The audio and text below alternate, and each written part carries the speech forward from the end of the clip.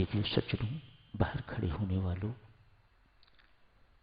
आपका व्यवहार बहुत सौम्य होना चाहिए, बहुत मीठा व्यवहार होना चाहिए, बहुत सोच समझ के बात किया कीजिएगा।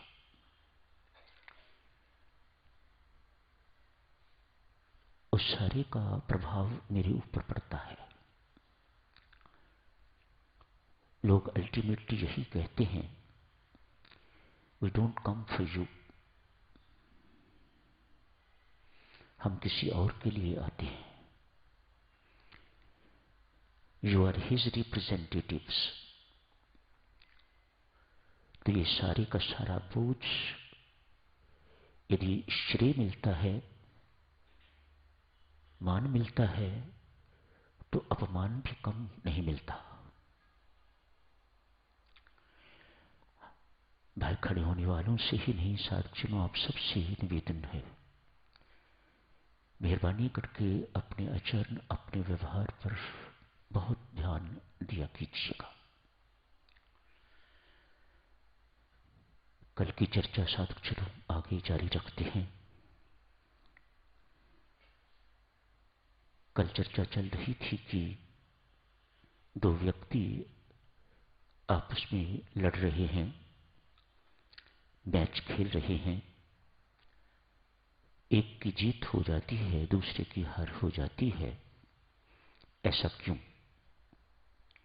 दोनों के पुरुषार्थ में, दोनों की मेहनत में, संघर्ष में किसी प्रकार की कमी एक संसारिक को दिखाई नहीं देती, लेकिन परिणाम एक सफल होता है, उसकी जय जयकार होती है, और दूसरे का मुंह बेचारे का लटक जाता है, वह सफल नहीं हो सके। जानते हुए भी, मानते हुए भी कि मेहनत तो हमने भी बहुत की है, निस्संदेह। परमेश्वर ने सफलता असफलता, दुख सुख, जन्म मरण, संयोग वियोग, ये सब अपने हाथ में रखे हुए हैं। सत्य तो ये है मेरी माताओं सज्जनों, परमेश्वर ने सब कुछ ही अपने हाथ में रखा हुआ है। ये तो हमारी भ्रांति ही है कि हम कुछ करते हैं। सब कुछ परमात्मा ने अपने हाथ में रखा हुआ है। साधना बढ़ाओ, ऊपर चढ़ो, तो सत्य के पास पहुंचते जाओगे। सब कुछ परमेश्वर कर्म करावनहार है। एक चोर भी परमात्मा के बल के बिना, उसकी शक्ति के बिना चोरी नहीं कर सकता। मां भद्रकाली के मंदिर में जाके मत्था टेकता है, मां जिस काम के लिए, डकैती के लिए आ जा रहा हूं, यदि मैं सफल हो जाता हूं तो लौटने पर तुम्हें बकरी की बलि चढ़ाऊंगा। शक्ति तो सोर्स से ही मांग रहा है, चाहे वह इस शक्ति का दुरुपयोग कर रहा है वह दूसरी बात है, लेकिन शक्ति तो वही काम कर रही है जिसे परमात्मा कहा जाता है। उस देवादिदेव ने सब कुछ अपने हाथ में रखा हुआ है। किसको सफल बनाता है? शास्त्र कहते हैं वह अत्याचारी नहीं है, अन्यायी नहीं है। उसके विधान में न अत्याचार है, न अन्याय, न त्रुटि। फिर क्या सोचता है वह? किस ढंग से एक को सफल कर देता है और दूसरे को हरा देता है।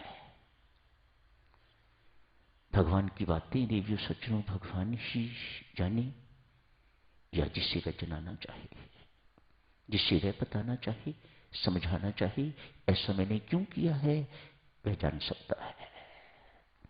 तुझे कौन जानेगा जिसे तू जनाना चाहेगा? तुलसीदास जी रामचरितमानस में लिखते हैं, जिसे तू बताना चाहेगा तो कौन है, वही तुम्हें जान सकेगा, दूसरा कोई नहीं है। आगे जाके रामायण जी में आप पढ़ोगे, मेघनाथ एवं लक्ष्मण का युद्ध होता है। बड़ा भयंकर युद्ध है। लक्ष्मण मेघनाथ की भुजा काट देते हैं। भुजा उड़ के तो सुलोचना के आंगन में जाके गिरती है। सिर काट देते हैं मेघनाथ का। तो सिर वानर जो भी साथ थे वे सब भगवान राम के पास लेके जाते हैं मेघनाथ का सिर। सती सुलोचना, सती सुलोचना